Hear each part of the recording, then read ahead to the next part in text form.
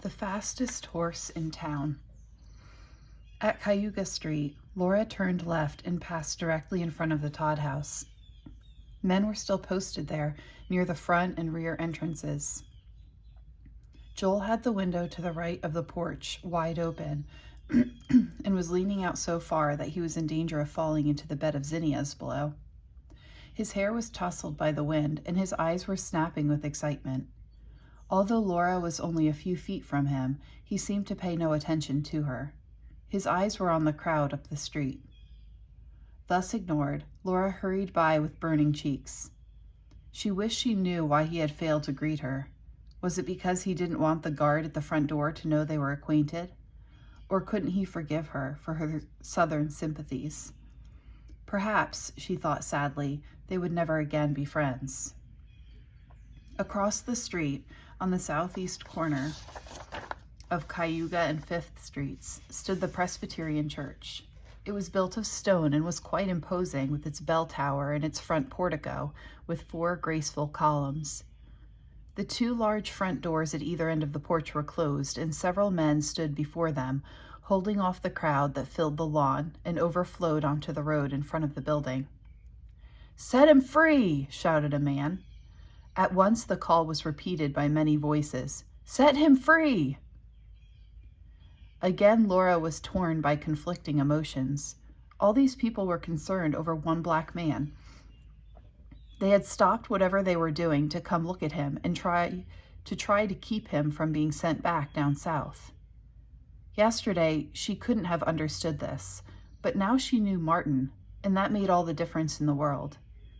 Before, she had thought of slaves as property belonging to plantation owners such as Uncle Jim. But now, because of Martin, she knew that slaves were people, and it was only right that a person should have the chance to live a life of his own. No one should own a person.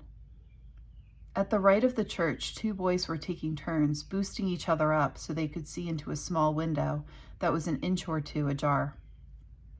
As she watched, she saw an angry sheriff's deputy chase them away. Laughing, the boys ran down the slope. Laura scurried after them, panting, asked, "Did you see him?" "Who?" asked the elder of the 2 boys. "The runaway." "I just saw him a minute." "What does he look like?" "Black," said the boy. He exchanged a glance with his friend and laughed. "He looks like any black man. They all look alike." Laura felt indignant. The very idea, saying all blacks looked alike. You might as well say all white people looked alike. They were thin or fat or old, or they were young like Martin and had big eyes that could look scared or merry or grateful. Something was happening on the porch of the church. Shouts and a sound of scuffling reached her ears, but from where she stood she couldn't see what was going on. The people who were not already crowded around the front porch of the church hurried to get there. Laura was about to go up the hill again when she noticed a man wearing a deputy's badge slip quietly into a small side door near the rear of the church. Less than a minute later, he came out leading a tall, slim black dressed in a shabby blue shirt and tan pants. Behind him was another deputy. At the same moment, a carriage came hurtling down 5th Street from the direction of town. One glance told Laura that it was the Eastman carriage, drawn by Sally, galloping for all she was worth. Down the hill she came directly toward Laura, who stood speechless and motionless. Someone pushed her roughly back against the wall of the church. Afterward, she couldn't say whether it was one of the deputies or the black man who had shoved her to safety. But confused though she was, she looked hard at the 2 men in the carriage. One she had never seen before, but the other was a black-bearded man who had been in Josiah Tryon's tailor shop. The black-bearded man who had the reins shouted to Sally and pulled her to a halt. He reached out of the carriage, seized the black by the wrist, and hoisted him into the carriage beside him. With a crack of the whip, the carriage was off again, continuing down the hill, even faster than before. Someone in the crowd in front of the church shouted, "There he goes!" 2 men, both of whom Laura recognized as being among the slave hunters, who had come to the house looking for Martin, leaped into a carriage and took chase.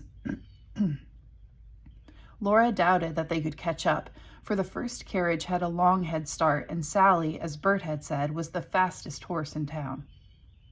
One of the deputies who had been with the black disappeared into the church, but a crowd quickly gathered around the other deputy.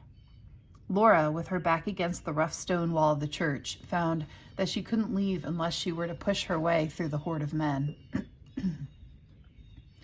Timidly, she remained where she was, getting more and more uncomfortable and uneasy. "What happened? Why'd you let him go?" a man asked the deputy. The deputy seemed as puzzled as Laura. "We were going to move him over to the sheriff's house for safekeeping. You never can tell what might happen with a crowd like this, and we didn't want anybody getting hurt. Next thing we knew, that carriage came down the hill and a fellow grabbed the fugitive and took off with him. You should have had him handcuffed to you. Sounds to me like you didn't put up much of a fight." To Laura's dismay, the slave hunter named Walt joined the group. "We're going to get to the bottom of this," he declared. "I think you had this all set up." "We were going to take him to the courthouse in Lockport as soon as we could," protested the deputy. "We want justice done, same as you." "I don't like your idea of justice," Walt snarled. As the deputy started to walk away, Walt reached out to seize him, but several of the local citizens came quietly between the two men, giving the deputy time to escape. Laura, seeing an opening, edged away from the wall of the church and started up the hill. She had taken only a few steps when Walt blocked her way. "Miss Eastman, what do you know about this?" he demanded. "You were down here when it happened. I saw you." Nothing," she stammered.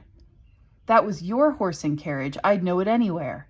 Who was in that carriage?" he insisted. "I don't know." She tried to get around him, but as quickly as a cat, he leaped in front of her again. Walt glared at her. "You're no Southerner. You're just like everyone else in this town, ready to break the law." "Let me go," Laura cried out. "I'm not through with you yet." Laura was close to despair. The crowd was scattering and no one seemed to pay any attention to her. Then she saw Bert coming toward them.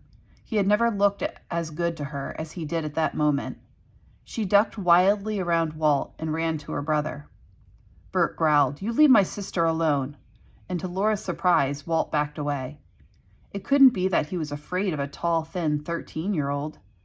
It must be that he had seen the sheriff coming down the church steps and realized he would get no sympathy from that source. Bert took Laura's elbow and said quietly, "Let's go." "That was our carriage," she whispered, still trembling.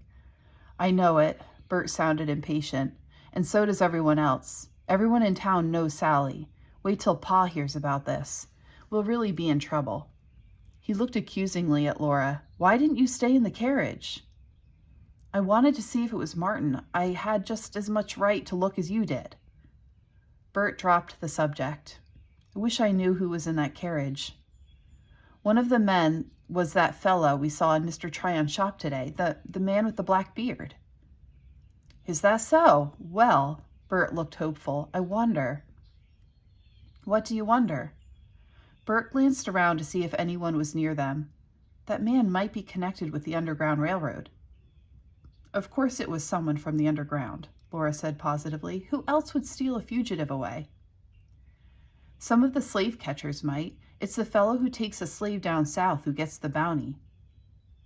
A carriage drawn by a sturdy black horse came up beside them. The sheriff leaned out. "Do you and your sister need a ride home, Bert?" "Thanks, we sure do." As they traveled out the ridge road toward home, Laura couldn't help smiling to herself as she tried to guess what Mrs. Fitch would think if she saw them being taken home by the sheriff.